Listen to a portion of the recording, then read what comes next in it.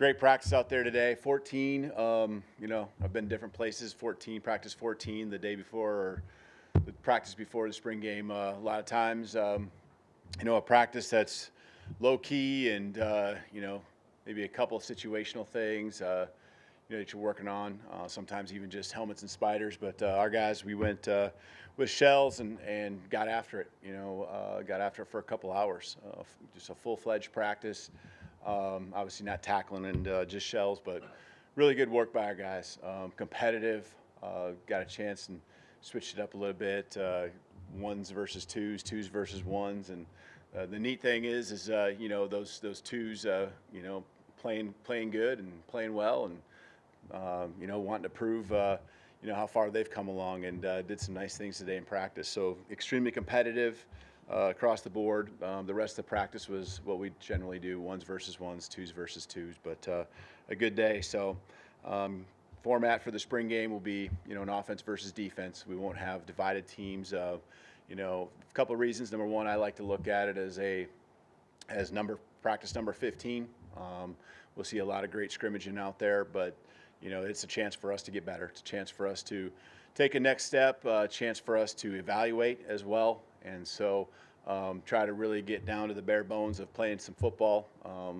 It gives us a chance to really also celebrate what we're doing and where we're at, and enjoy the moment with the fans. And so excited to see a packed stadium there, and looking forward to seeing everyone come and support our program. So any questions? Start here with Charlie. Yeah, hey, Coach. What's the biggest area of growth maybe you've seen from this team from practice 1 through practice 14?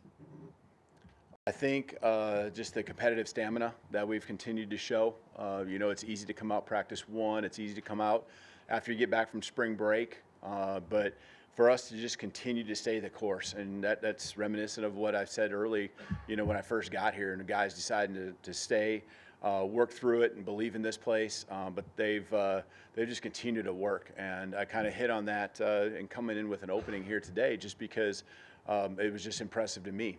Nothing where we're coasting into these last 48 hours leading up to Saturday. They came out here, worked, wanted to continue to play ball, asking for one more drive and all that kind of stuff.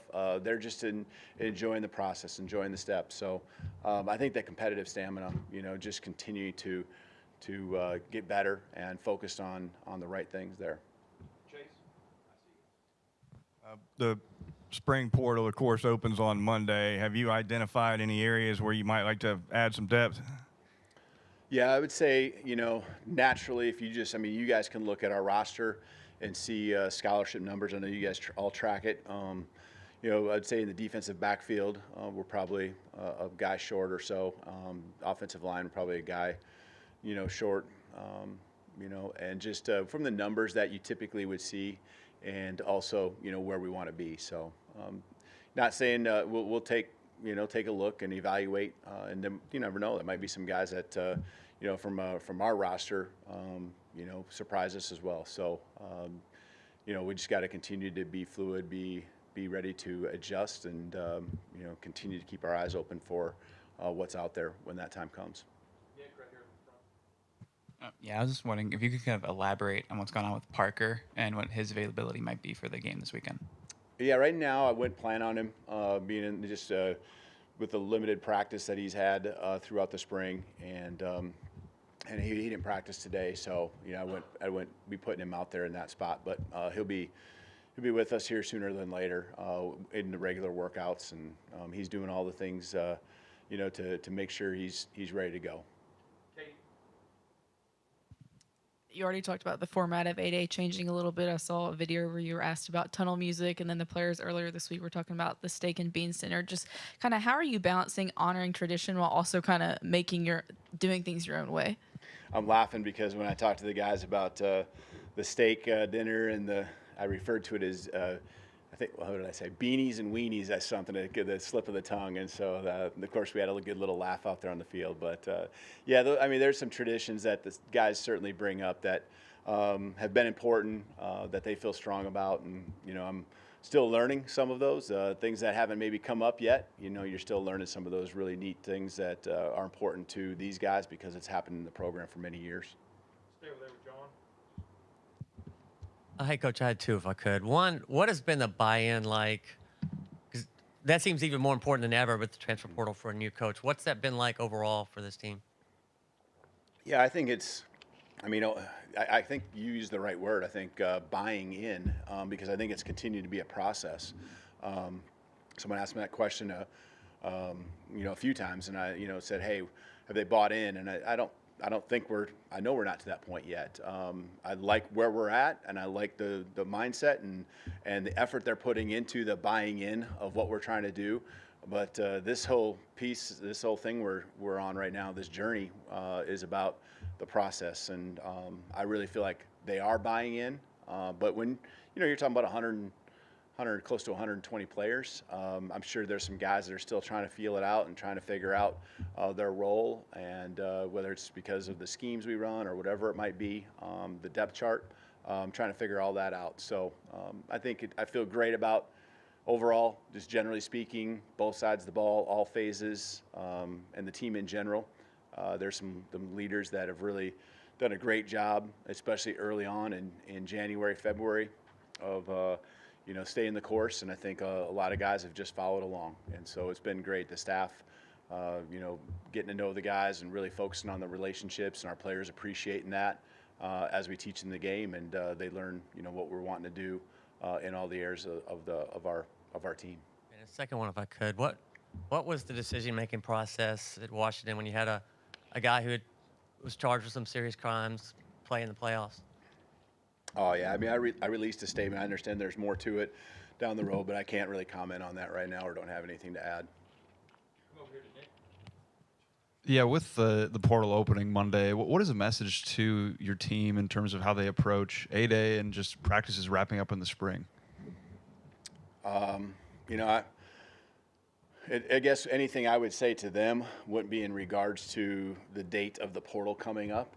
It would just be about us taking the next step and focusing on themselves and our team, and getting better, on Saturday. And, also enjoying everything that comes along with A-Day and the hype and the celebration, all of that. Tony. What qualities do you want to see in an X receiver, that X receiver position, and are you comfortable with the options you have, especially after Jalen got hurt? Mm-hmm. Yeah, I think all our guys are we would like for them to be very versatile. So an X receiver, I know what we think of him is in a lot of cases, a lot of offense being the outside guy. For us, you'd love to have that guy who can isolate one-on-one, individual routes on the backside, maybe of a 3-by-1 formation, and a guy who can take the top off. That's the guy in our offense also. If he's got the skill set, he can move inside, and we can get him in the slot. And that's what our system allows our staff to do is move guys around, cater to their strengths, find a way to get those matchups. I think each receiver, yes, we kind of slot them into a position, and for us, we call it the H, X, and Z. But there comes a point in time too where we're just gonna get them in the right spots, especially in the critical moments and the times where we gotta get certain people the ball, to convert third downs, to score in the red zone, whatever those times might be. All right. Hey, Coach. You spoke briefly about the players and their competitive nature. How would you assess the staff and what they've contributed to creating that competitive balance in practice and their fields and your fields going into A-Day and with their energy? Yeah, a great question. I think there's a couple of things. They're just continue to do a great job of pushing their position groups, their side of the ball, their phase. Continuing to adjust. There's a push that we want, but also there's a time when you gotta at different points in the spring kind of peel back, maybe a day. Try to rerun or reload some plays in a practice to continue to work on them more than maybe what you anticipated. Some concepts these guys are familiar with because they ran these concepts many times before we got here, and some maybe they're just a little different or tweaked a little bit or something completely new. So, we adjust, and I think the staff's done an awesome job of balancing, putting the pedal down, building the relationships. They're super competitive. They have fun jabbing each other on each side of the ball when that time comes up. I saw it again today. And I think that that competitiveness mixed with the balance of out there enjoying the moment is something that our players see, and it trickles down to them. And it's not just on the field; it's off the field. It's around the offices, meeting rooms. Whenever we're together. Two more quick ones, Matt, and then Coach. Do you still get as much as you used to out of spring football and the spring game, given how much the roster can change with the portal window? Did you say get as much out of? Yeah. Do we get as much out of? Say it again. Do you get as much out of spring football as a whole with that portal window now coming? Oh yeah, I definitely think so. I mean, a lot of guys still getting their reps, and our install that we kind of have. I mean, I remember Kane's install from a couple years back, and I think he's doing very similar, maybe even more, than what I remember at that time. And so offensively, it's full steam ahead. So I think the guys have done a good job, and I don't think we've really wavered. And it would definitely not be because we're thinking about anything the portal might come into play with. Finish with Coach. I know you're probably paying attention to everybody, but is there a position group or two that has maybe impressed you more than others through the first 14 practices? I think impressed would probably be kind of related to maybe where you felt like you were a little bit younger. And so, impressed, there's a couple things, right? The guys, the sides of the ball or the position groups that have the veterans, you expect them to go out there and get it done, And so really like, some things that are happening up front, defensive line-wise. But I also think that defensive back-wise, there's some young guys that have just grown. And so I'm impressed with some individual play, considering how young they are. And I think, running backs, we got some strong running backs in there that just are really steady. And then, on offense, kind of picking two on each side. I mean, the quarterback, just the number of quarterbacks that we have that you would feel comfortable putting out in a football game. Really all four of them, and they are extremely solid, doing a great job with their accuracy, their reads, competitiveness.